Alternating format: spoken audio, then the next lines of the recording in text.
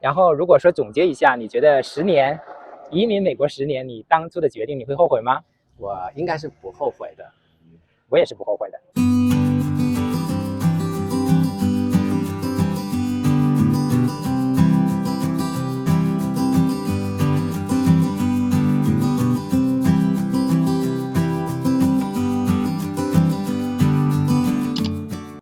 大家好，我是金鹿。大家好，我是文武，欢迎回到我们的频道。两个爸爸养娃记。这是我们关于移民这个话题的第3个视频。第一个视频呢，我们分享了我们当初为什么想移民，以及为什么选择美国作为我们的移民的目的地。第二个视频呢，我们就分享了我们到底是具体怎么样成功移民美国的。那今天呢，我们俩刚好在小区里面散步，就跟大家聊一聊我们移民美国10年之后的一些感受。我们到底有哪些地方喜欢美国这里，有哪些地方不喜欢这里 OK， 那金鹿你先说说，你有哪些喜欢美国的一些地方？我记得当初我们说想移民美国的一个很重要的理由，就是说这边可以结婚，可以生娃，同性恋合法结婚和生娃。对，当初好像还没想太多关于生娃的问题，对，只是说这边可以结婚，在国内没有办法结婚。那后来在这边我们团聚，然后定居买房，自己的工作都安稳下来了以后，就开始考虑生娃的问题了。所以发现美国，特别是加州，同性恋可以生娃，也是我们特别想要的一个好处。对，这个我们为此还做了几期关于代孕的一些相关的视频，那有兴趣的也可以再去观看一下。那所以说，我觉得这边可以结婚，可以生娃，也是一个最大的好处吧，对我们两个作为一对同性恋。OK， 那这是第一个非常重要的，对我们来说的一个好处。那还有什么其他的吗？你喜欢的？那我当初觉得在美国，在国内人特别多，有一种有点小压抑的感觉。那我觉得在这边也的确是地广人稀啊，所谓好山好水好无聊，但是加引号的无聊。我个人来讲不觉得这边无聊，我觉得这边还是很安静、很惬意的。是的，因为之前金鹿是在北京生活了有很多年，我也在北京生活了很多年。我们在大城市可能待了久了以后，就更相对来说就变得更喜欢有一点那种郊区的生活了。对，在这边就可以到郊区，可以在郊区买一个比较大一点的房子，各种居住体验还是非常好的。对，这就说到了第二个我们非常喜欢在美国这边生活的一个方面，那就是可以相对比较容易的能够买到一个比较大的房子，特别是那种独栋的那种别墅类型的那种房子，这边叫 house， 那也有自己的花园啊，前前后后啊，有些的可能甚至带游泳池啊，然后房子也足够大，可能有4、5间甚至5、6间的房子啊，然后还有带足够大的车库啊等等，就这一些方方面面呢，在对提升生活的品质方面还是很有帮助的。那在美国想要实现这一点，其实也不是特别的困难。所以这也是我们觉得一个挺好的一个方面。那当然就必须要补充一点的是，我们不能去比方说像纽约啊，或者是洛杉矶、旧金山那种市中心地带的地方去居住。那你在那种地方你想要买一个独栋的别墅还是挺难的。但是除此之外，美国其他的大城市，甚至一些郊区部分的大城市，要实现这一方面的追求还是相对比较容易的。对，我们买这个房子差不多花了100万美元的样子，折合成人民币呢就700万。那如果说这个价格在北京能买到什么样的房子呢？应该能买到一个100平的公寓。当初我们在三环住的北京海淀知春里，能买一个小100平的公寓。现在那个地方不是都已经要10万块钱1平了吗？OK， 所以可以买个60、70平的。我记得当初我们租的那个小房子有多少平？60平，差不多吧，60平，最多60。我们刚好可以把那个出租的那个房子买下来，人家那地方10万块钱1平。对啊，那当然那是北京非常核心的地带，相对比较核心的地带，那当然就很贵了。就好像你去纽约一个曼哈顿，你想要买一个 apartment， 那估计也不便宜。那文武，你有些什么特别喜欢的美国的地方吗？我从我的这些年的工作感觉来看，因为我是在大学当大学教授嘛，那似乎这种人情世故方面没有给我带来特别大的困扰或者是压力。我当然有一个原因，可能是我并没有接触到更核心的那些没有接触到那些更核心领域的一些人，跟他们打交道，所以在人情世故这方面呢，我没有觉得很大的压力。总的来说，不需要投入太多的时间和精力去处理这些事情，我的工作和生活呢，也能够做得比较轻松，日子过得也比较舒适，工作进展也还不错。那如果是在国内的话，我总觉得，哎，我可能要分出很大的心力去，处理这些人情世故啊，处理这些，非核心工作方面的一些事情，那我可能就会觉得在这方面我不是很擅长。那在美国这边，我就觉得相处的比较轻松，然后所以这我觉得是我一个比较喜欢的一个点。这里从来不需要喝酒应酬，是吧？啊，对对对对，这一点倒其实现在在国内，这种一定需要喝酒应酬的机会也现在变得越来越少了。但总的来说，在美国这边基本上不怎么，虽然你还是要去 social 一下，你还是要去 networking 一下，但是如果你不喜欢，你不想去做一些事情，你也可以过得很好。然后反正没有人逼你喝酒，那倒是，好吧。那很多人移民美国是为了所谓的自由，在这边可以一人一票，可以投票，可以选举。你在这方面有什么体会吗？我说句实在话，我可能还没有开化，我对这方面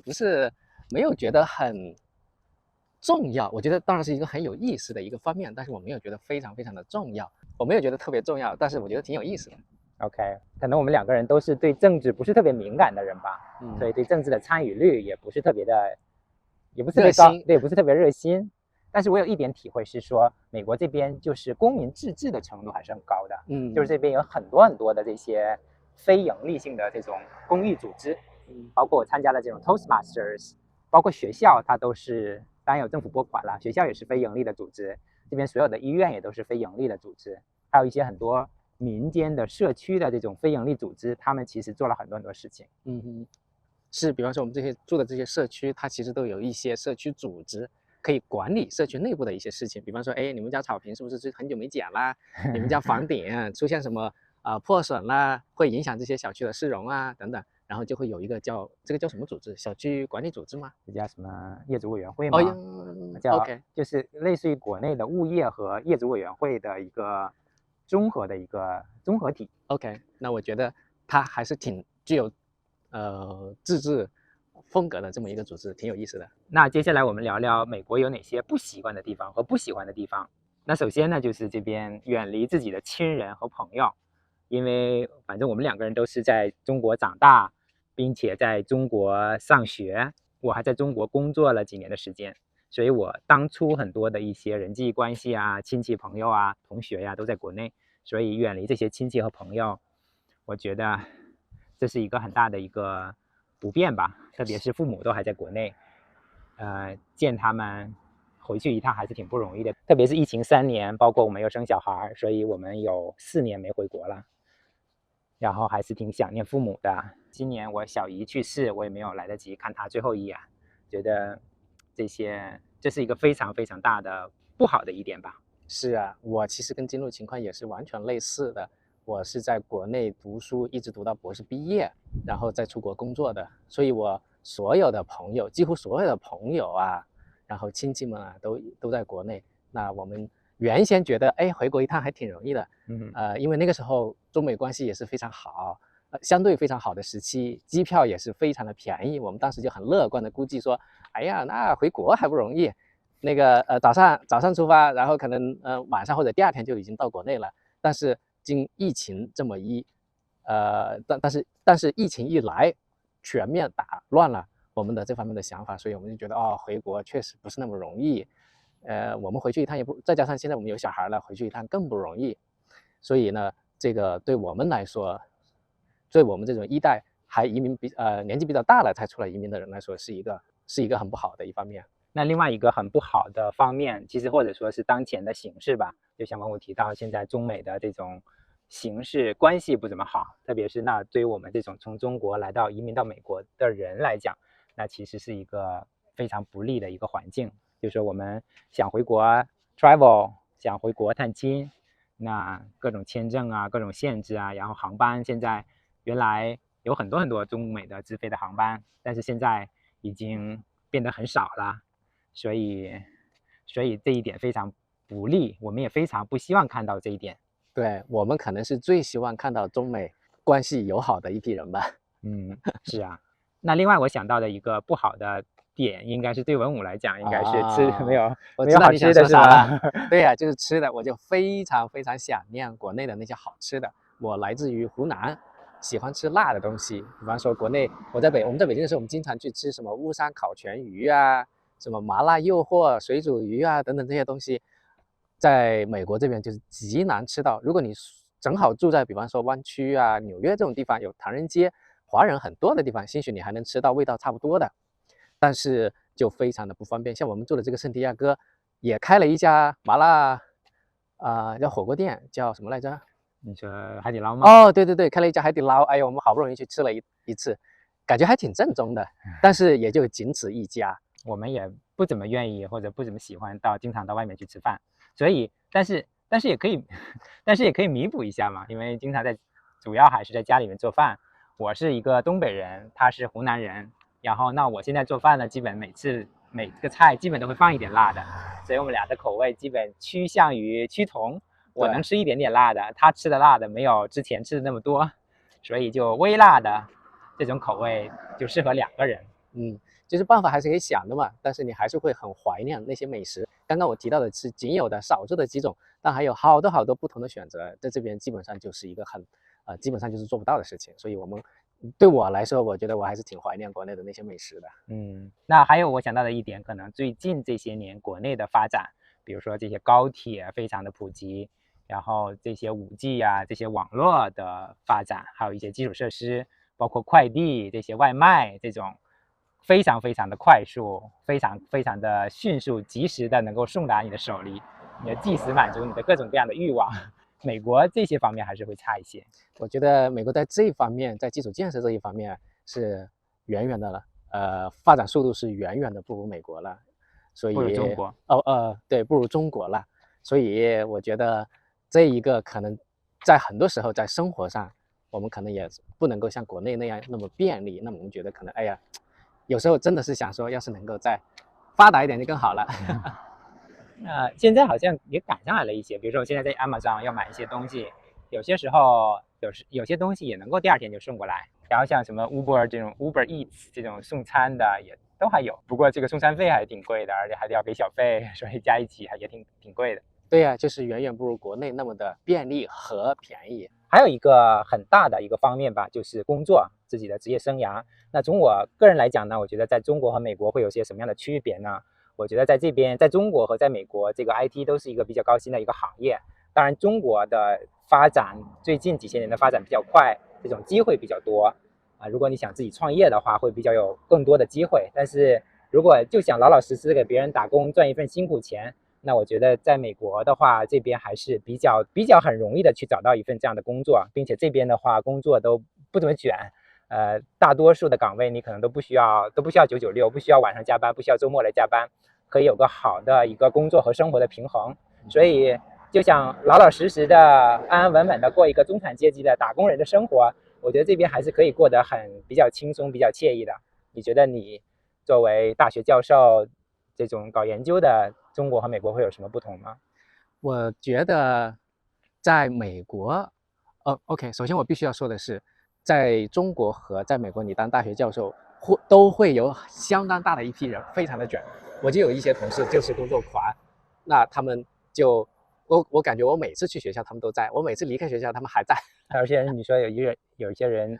一年写10几个 proposal 是吧？对呀，有些人他一年写10几个项目书，然后手上有3、4、5、6个不同的那个项目，带一大批的学生，这种人简直就是超人。那可以想象他付出了多少的心血和精力，那肯定是超级热爱他的工作。那这种人在中国、美国两边，我觉得应该都有相当多的人存在。但是呢，它有一个非常重大的不同的地方，就是在美国这边你可以不用很卷。我最近在网上看到一些消息，就是在国内可能就算普通的大学教授都开始卷起来了，特别是一些新进的、年轻的一些所谓的青椒。那即使可能去到一些非985和211大学，都已经开始比较卷了，对年轻老师的各种要求也是节节升高。那在美国，在这方面呢，可能相对来说没有那么卷。普通的大学教授呢，你可能一年写他2、3个项目书啊，发个什么2、3篇论文啊，带他2、3个学生啊，这种日子呢，还是能过得不错的，也不会有学校啊或者说有你的上级领导啊在催你说你一定要取得更多的成就啊等等之类的，那就像金路所说的，在这边如果你想要过一个工作和生活比较平衡的这种普通的中产阶级的生活的话呢，作为大学教授也是可以做到相对比较容易的做到这一点的，不用遭遇太大的压力，也不用卷得特别厉害。OK， 那我们的散步就要结束了，那今天我们就先聊到这里吧，以后有机会再更多的跟大家分享我们在美国生活的一些感受。今天就简单跟大家分享了一下我们移民美国10年的一些总体的感受，有些喜欢，有些地方比较喜欢，有些地方还是不是特别适应，或者是不怎么喜欢的地方。然后如果说总结一下，你觉得10年移民美国10年，你当初的决定你会后悔吗？我应该是不后悔的，我也是不后悔的。那好，那今天的视频就到这里了，拜拜。拜。感谢您收看我们的视频，如果您喜欢这期视频，请您点赞。如果您还没有订阅我们的频道，欢迎订阅，这样 YouTube 算法就会把我们的视频和频道推荐给更多的观众。您的点赞和关注，我们全家都表示衷心衷心的感谢，感谢。耶！谢谢你，谢谢你，谢谢你。